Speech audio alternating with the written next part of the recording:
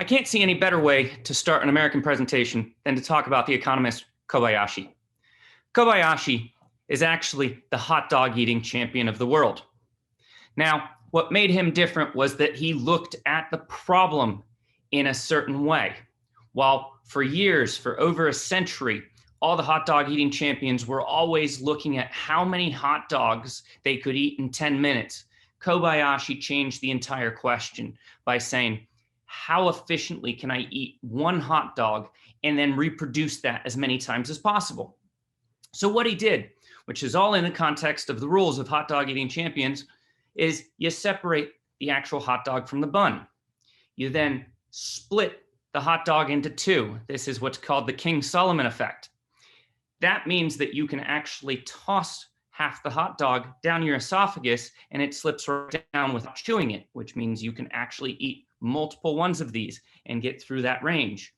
He would then put the bun down his mouth and use olive oil to let it flow right down. Again, not having to chew and not having to actually deal with all of that solidity of the bread.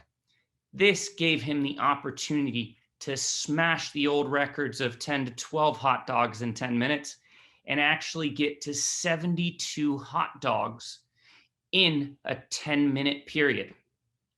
All because he looked at it like an economist would look at any problem.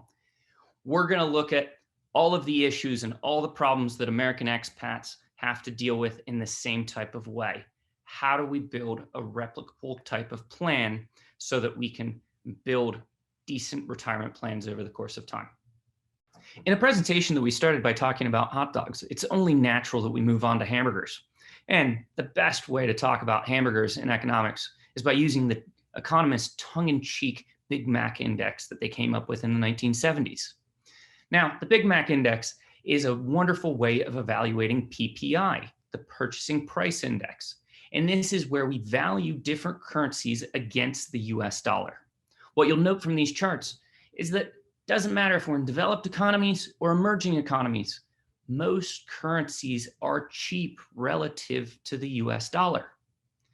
The best way to think about this in the last decade, since the financial crisis, is from the start, we had 7 very strong currencies: the US, Canada, Norway, Sweden, Switzerland, the UK, and Australia.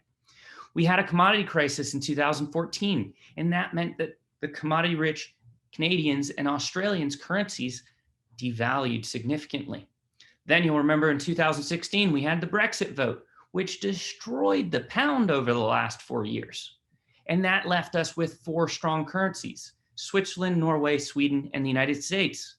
3 of them quite small. That meant the majority of those flows pushed up the US dollar, pushing everything else down, which means the closer we get into a recovery, the more we would expect the dollar to come back to its natural averages over the course of time, weakening and allowing all other currencies to rise.